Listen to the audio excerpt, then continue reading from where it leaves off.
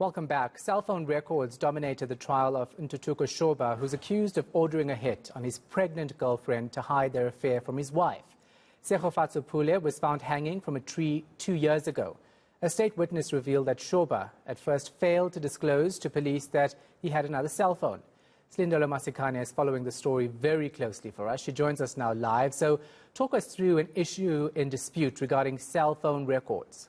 Shahan, it's all quite technical, but if I can try and simplify it for our viewers, the issue here is that there is an issue around a 3-hour period from the time that Tshegofatso Pule arrived at Shoba's house and from the time that she left. Cell phone records reveal that there was no communication, no activity on that phone. She didn't make phone calls, she didn't send messages in that 3-hour period. However, the defense is saying that Shoba's version of events is that when Tshegofatso Pule gets to his house, she connects to Wi-Fi and she would mostly make calls through WhatsApp.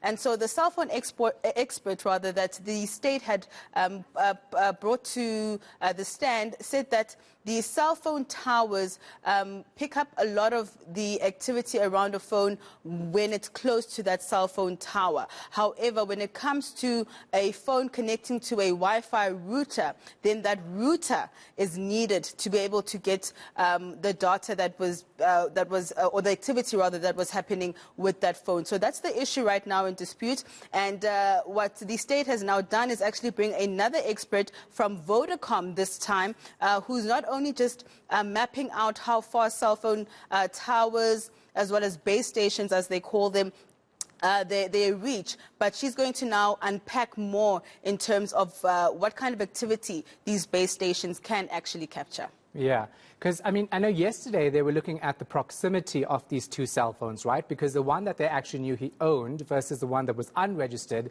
and he said he had nothing to do. Yesterday, evidence was that they were actually quite close to each other. That's correct, right? That's the other thing. That's the other issue at play here, is that Shoba is denying having this second number or second cell phone that he used to communicate, according to the state, with Malepane. But what the state is arguing is that every time that the registered phone or number was picked up that Shoba does admit to having, that unregistered number is also picked up in the same locations. Yeah. Okay. So one of the investigating officers actually testified today. What was revealed there?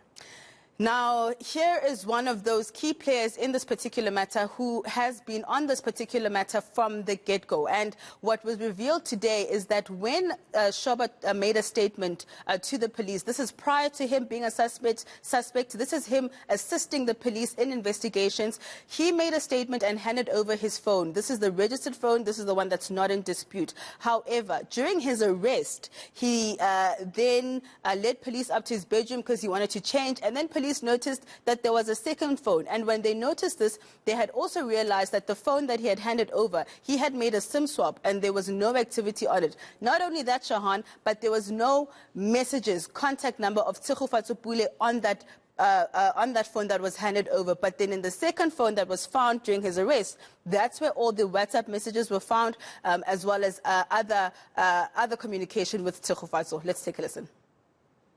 As I have mentioned before, the accused did not ask anyone for a green light for a SIM swap. We only noticed that there might have been a SIM swap done or a SIM swap done when we saw that the phone was no longer receiving messages. My instructions are that the accused called you from his brother's cell phone and you advised that he can do a SIM swap as the investigation was going to take long. We do not pay.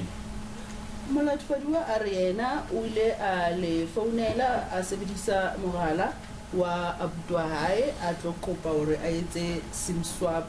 Lona la rai hobane phuputso e tlo nka nako e telele o ka tswela pele wa etsa SIM swap. Jaaka ke buile gore tsatsi le ne ke tsa cell phone ya Resho e ne le tsatsi la bofelo ke mmona ke bua le ena ga ka kopa hope go etsa SIM swap ga ka re founela le ka phone ya butaga. Like I have said before, on the day that I took down this statement in front of me was the last time that I saw or spoke to Mr. Shoba. He never even contacted us using his brother's cell phone. At what stage did you notice that the cell phone that was given to you had no WhatsApp? O bone neng hore phone ele ha isa gram light? No, that he did know that the WhatsApp message had been deleted. Oh, hore phone ele di melaetsa ya teng ile a tloswa. mo matsatsing morago ga gore ke seno ke kry-a phone ya gagwe. Days after I got his phone. You didn't check it on the day on which he gave you the phone to see and check if there are messages? Awa checka wena ka lona tsatsi leo a o fileng phone o gore check gore go na le di message? No, ga ka check. No, I did not. It's hard to hide from technology, right? Our reporter Silindelo Masikane following that story for us.